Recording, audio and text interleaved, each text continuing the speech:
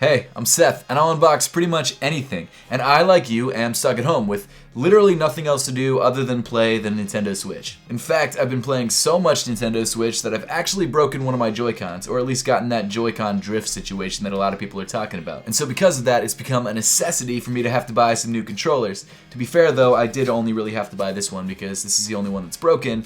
I bought the 8-bit Do because I've been playing a lot of Animal Crossing, and this has a controller that you can macro, so that's the plan for this guy. So in today's video, I wanted to unbox these two new controllers and also talk about my favorite controllers for the Nintendo Switch, because if you have a Switch, you're probably playing it a lot more than usual right now. Or maybe you're not, maybe you just play it a lot anyway, but I'm playing it significantly more. In fact, I'm wasting so much time on the Switch, it's destroying my relationships. It's actually a problem. But as usual, everything that we talk about in today's video will be linked through an affiliate link in the top of the description. So if anything catches your eye today, make sure to check out that affiliate link, except if it's the Nintendo Switch, in which case you might be out of luck because those guys are completely sold out. So why don't we start things off with something that we already know, the standard Nintendo Switch Joy-Cons. So like you just saw, my Nintendo Switch has the gray Joy-Con standard, and I actually bought a set of the red and blue Joy-Cons as a second pair for Mario Party.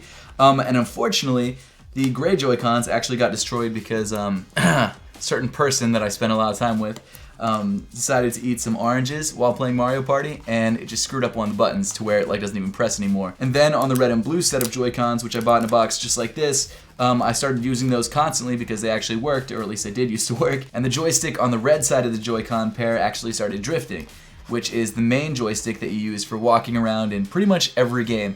So at this point, I kind of have to get another set of Joy-Cons, one that's completely brand new and that doesn't have any drifting issues and also isn't stuck together by fruit juices. You know, as much as I didn't want to spend the extra $80, because yes, this set is $80, to get a new set of Joy-Cons, I had to. So I bought this bright green set, which I think had something to do with, was it maybe Luigi's Mansion? Or was that the purple and orange set? I'm not sure exactly, but this set comes in a bright green, like a Luigi or Yoshi green, which I actually kind of dig. It looks much more neon colored in real life than it does in the box. That's actually kind of surprising. It's like a much brighter shade of green in real life than it is in the box, which kind of sucks because I think I preferred this sort of like, almost like forest or grass green over this like neon green. It is what it is though. I just needed new Joy-Cons, I didn't really care what they look like. Of course, in addition to the Joy-Cons, you also get these little strap attachments, which have little buttons on the top if you decide to play some Mario Party, or use your Switch with two people at once. Like this, you can kind of make it two separate controllers, which is kind of cool. They also come with a little strap in case you want to play some sort of motion game. You can tighten it up around your wrist and it won't fly off. I don't know if you guys saw back in like 2005 or 6 when the Wii first was released. There were some videos on like OG YouTube of people throwing their Wiimotes into TVs. Those were the days, man. I miss those days. So if you want a very factory experience with your Nintendo Switch, I would definitely suggest grabbing a pair of these Joy-Cons if you don't already have a pair, which you should if you bought a Nintendo Switch. So here they are, the standard Joy-Cons. There's nothing wrong with them. They're the standard controllers that come with your standard Nintendo Switch, as long as you didn't get a Nintendo Switch Lite. And the obvious benefit of these controllers is that they can be used in both handheld mode on your Nintendo Switch, or you can put them in the dock and pull them off and use them as separate controllers. Whichever way you decide to use these controllers, they work great. They work great both in handheld mode, although they're not the most comfortable things in the world, and they also work great if you're playing something like Mario Party, or maybe you bring your Switch to some sort of actual party and need two people to play on one console and you don't have any extra controllers. The other benefit of the official Nintendo Joy-Cons is that they have a ton of different features. They've got that insane 3D rumble effect. They've got an IR blaster if you really want that. They can sync with your amiibos if that's something you do. I don't know anyone who does that, but apparently there are people who do that. And again, the main feature is that they can actually connect to your Switch console, which is obviously the most important thing. And to be honest with you, they're fine. There's nothing wrong with them. They're just not the most comfortable thing in the world. Now, after owning these for a while, you may notice that some of your joysticks start to drift, which is a pretty well-documented problem on the Nintendo Switch, and is actually something that's happening on the Nintendo Switch Lite as well, which is even worse because you can't change out the controllers on the Nintendo Switch Lite. However, before all this crazy pandemic stuff started going on in the world, you could pretty easily switch out your controllers with Nintendo, or at least they'd fix them for you or something like that. As of right now, because Nintendo might actually be closed down, I'm not sure exactly what's going on with their service centers, it might be more difficult and you might actually have to buy some new controllers. But as far as Joy-Cons go, they are pretty versatile and you can use them in docked mode with this Joy-Con grip that should come with your Nintendo Switch console. Again, not the most comfortable thing in the world. You get used to it, it's not the worst thing, but it's just not as great as actually having a dedicated Pro controller, which we'll talk about next. Oh, and the other thing that you guys might have noticed already and probably already knew is that because Joy-Cons come in a ton of different colorways, you can easily switch them out and totally customize your console. If you want to have a Christmas themed console for whatever reason, you can switch out the green ones with the red one. There you go, red and green. You could have a police themed one if you wanted with the blue and red, which is actually one of the standard Nintendo Switch variants. I mean, there really are a lot of possibilities when it comes to using your Nintendo Switch Joy-Cons on your Nintendo Switch.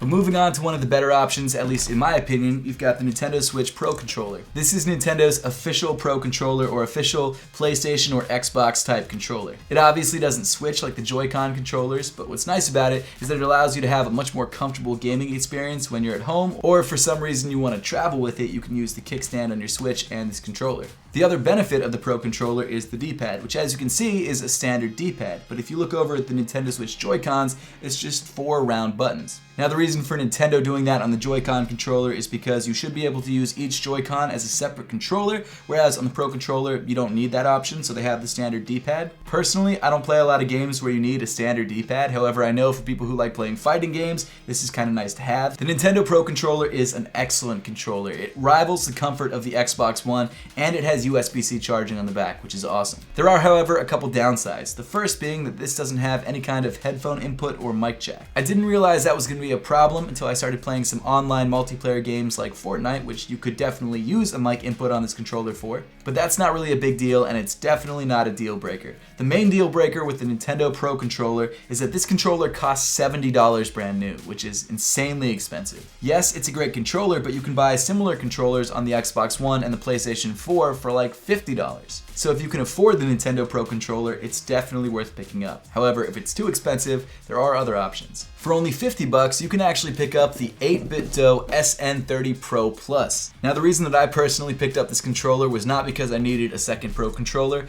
it was because I've been playing a lot of Animal Crossing, and you can actually map the buttons on this controller, which with the newest Nintendo Switch update you can also do. Now the reason that's so exciting is because this little button on the front of the controller can actually be mapped to be a rapid fire button. So you can set it up as a rapid fire A, and whenever you click this button, it'll repeatedly press A over and over again. And I found in Animal Crossing, I spend a couple hours a day pressing A over and over and over again. And this will save me a lot of time and a lot of grief and my finger a lot of pain. So I'm very excited about this controller. But to be fair, that's not the only reason the SN30 Pro Plus is such a great controller. It really is a full-featured controller for only $50. It works not only on the Nintendo Switch, but also on Windows, Android, Mac OS, and Steam. So this controller works on a ton of different things, and it's just a great controller overall. I can get the stupid sticky sticker off the side. There we go.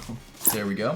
And as you can tell from the front of the box, this controller is actually themed after the Super Nintendo, which I thought was pretty cool. So, let's pop this guy open, see how it looks. Ooh, look at that. 8BitDo Ultimate Software. 8BitDo Ultimate Software gives you complete control over your controller's button mapping, joystick sensitivity, trigger sensitivity, vibration sensitivity, and macros. Very cool. I'm definitely going to be using that, especially to map some new buttons, so very excited about that. But here it is, the 8BitDo SN30 Pro Plus. They actually have a ton of different controllers. The Plus, I think, is pretty much the same as the SN30 Pro, except it has these nice little hand grips, I guess, on the side. It's obviously Super Nintendo themed, which I think a lot of people will like. And I've got to say, from first impressions, hand feel-wise, feels great. It feels really, really great. So why don't I rip off this plastic on the buttons? Ooh, they feel nice. They definitely have that Super Nintendo feel. They've got the ones going in and the ones coming out. Is that convex versus convex? Did I just say the same word twice? I think I did.